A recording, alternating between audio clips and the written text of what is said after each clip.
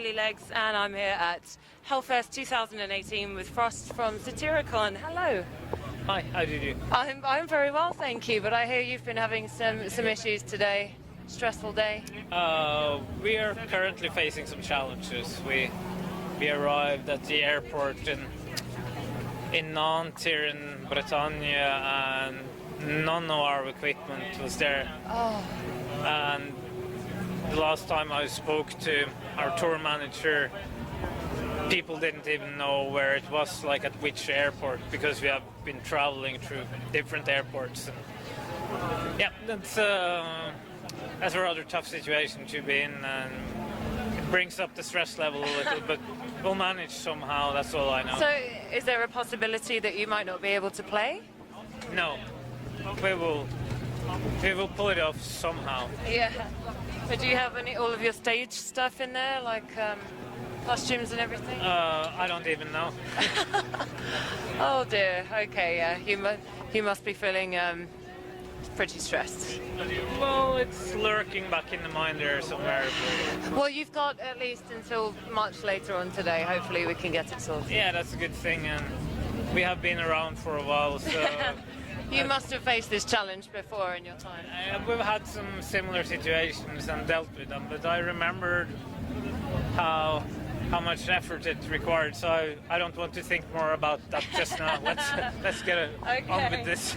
Well, what about, to make you feel better, to compare it to worst times, what's been your worst catastrophe before? Has anything happened really bad on stage, or did you ever just not have your equipment turn up? Yeah, things have happened, but I think that I don't want to let my thoughts wander in just that direction now, given the situation that we're facing.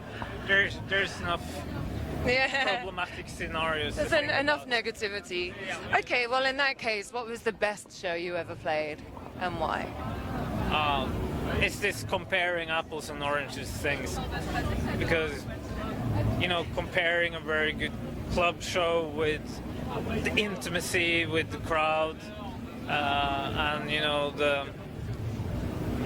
the smell of sweat and the feeling of electric energy that is just being exchanged between the audience and the band, and the density of it. It's very hard to compare to a festival show that you like a lot, which feels very, very grand, could be very epic if everything works well, and perhaps you have, a huge lightning rig that helps your show become something of epic proportions. That can be very, very cool too, and we have had experiences like that.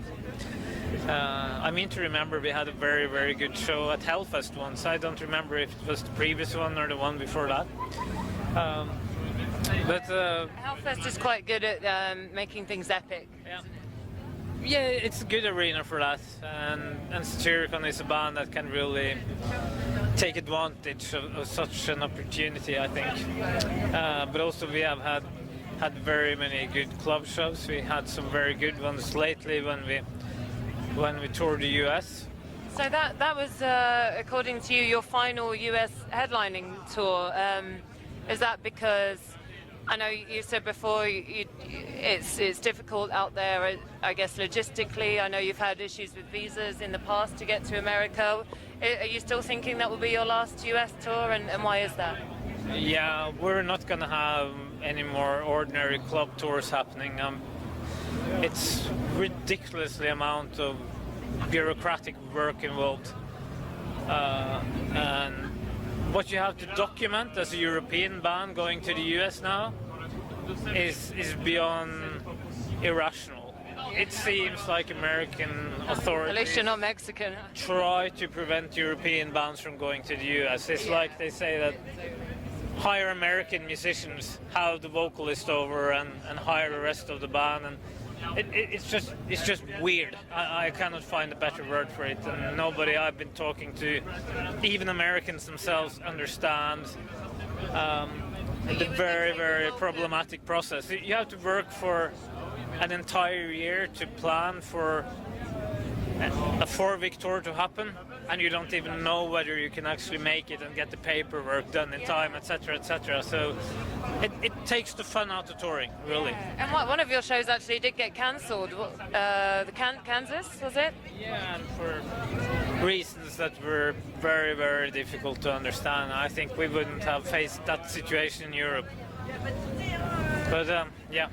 So it's just kind of easier not to bother with it, I suppose. Well, the way we have experienced this, yeah, that's the only conclusion that we can draw. And I mean, just thinking about starting a process like that again, you know, it makes you want to just stop touring, and that's not how it should be, right? There should be some fun as well. It should be about the music. I mean, we still like that, but when more than 99% of what you do is just bureaucratic work, then it's just very, very crappy, the whole thing. But it was cool touring there, though, so I'm glad that we got to do this tour. And you haven't lost your passion for touring in general, just the bureaucratic shit that comes with it. I mean, we want to. Yeah, well, there have been experiences of that sort, but I mean, it's still cool to play there, and you know, shows like those that we had in Los Angeles and New York, Montreal, and Canada as well. Just fantastic. And the fans were really receptive? Definitely, and generally I have to say, like, I mean, everywhere where we went, we got a very, very good reception. And I can't imagine someone going into a Satyricon show half-assed, like, oh, I guess I'm going to go watch Satyricon. I guess you would go in with oh, we have become very accustomed to great crowds, but still it was beating expectations, I have to say. Yeah. And you're currently working on a covers album. Can you tell us which songs we might expect to hear from that? No, I can't. Oh, top secret. Well, currently working on would be to take it a little far. We started work on a cover album before we actually got into the process of writing and jamming and recording Deep Calls Upon Deep. And we had picked some 5 or 6 songs that we had rehearsed a little and well, or jammed, I should say, because we hadn't really found, you know, the final form for those. But it actually had that effect that we had hoped doing such a thing would have, that it kind of brought us to a different place mentally and artistically than where we had been, you know, with the previous album. And it created that distance and that feeling of something different and fresh that actually got us inspired to start to write new music of our own. And eventually we had made so much material of our own that we thought that this cover album project can wait.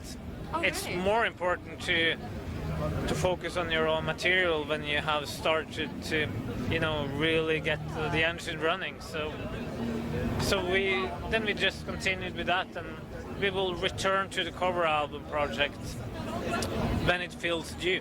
That could be when we are finished with this touring cycle, or at some later point. I don't know yet. Okay, so we think an original album is going to come out first. Any idea what sort of timeline we're looking at?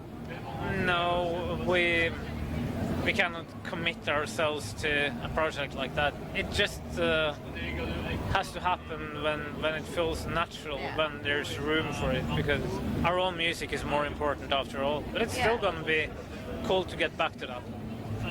Well, that's very exciting to hear. Thank you very much. Thank you for talking to us, and I really, really hope your stuff comes in time for the show. I don't expect it, but there's going to be a show. I'm sure someone else can lend you some stuff, if not. We'll find a way. It's going to rock either way. Thank you. Thank you.